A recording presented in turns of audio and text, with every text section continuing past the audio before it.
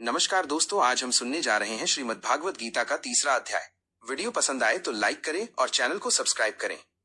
इस प्रकार सांख्य की व्याख्या उत्तर सुनकर कर्मयोग नामक तीसरे अध्याय में अर्जुन ने इस विषय में और गहरा उतरने के लिए स्पष्ट प्रश्न किया कि सांख्य और योग इन दोनों मार्गों में आप किसे अच्छा समझते हैं और क्यों नहीं।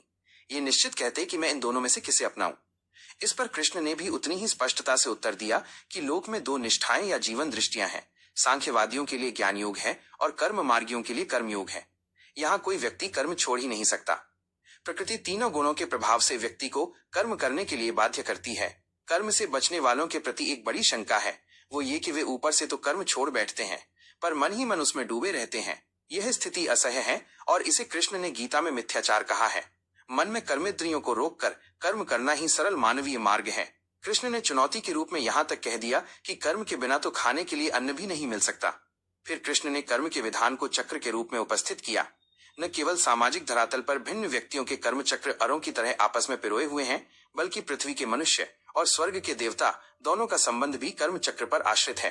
प्रत्यक्ष है कि यहाँ मनुष्य कर्म करते हैं, कृषि करते हैं और देवी शक्तियां वृष्टि का जल भेजती हैं। अन्न और पर्जन्य दोनों कर्म से उत्पन्न होते हैं, एक में मानवीय कर्म, दूसरे में दैवी कर्म। फिर कर्म के पक्ष में लोक संग्रह की युक्ति दी गई है, अर्थात कर्म के बिना समाज का ढांचा खड़ा नहीं रह सकता। जो लोक के नेता हैं, जनक जैसे ज्ञानी हैं, वे भी कर्म में प्रवृत्ति रखते हैं। कृष्ण ने स्वयं अपना ही दृष्टांत देकर कहा कि मैं नारायण का रूप हूँ, मेरे लिए कुछ कर्म शेष नहीं है, फिर भी तंद्रा रहित होकर कर्म करता हूँ और अन्य लोग मेरे मार्ग पर चलते हैं। अंतर इतना ही है कि जो मूर्ख हैं वे लिप्त होकर कर्म करते हैं, पर ज्ञानी असंग भाव से कर्म करता है।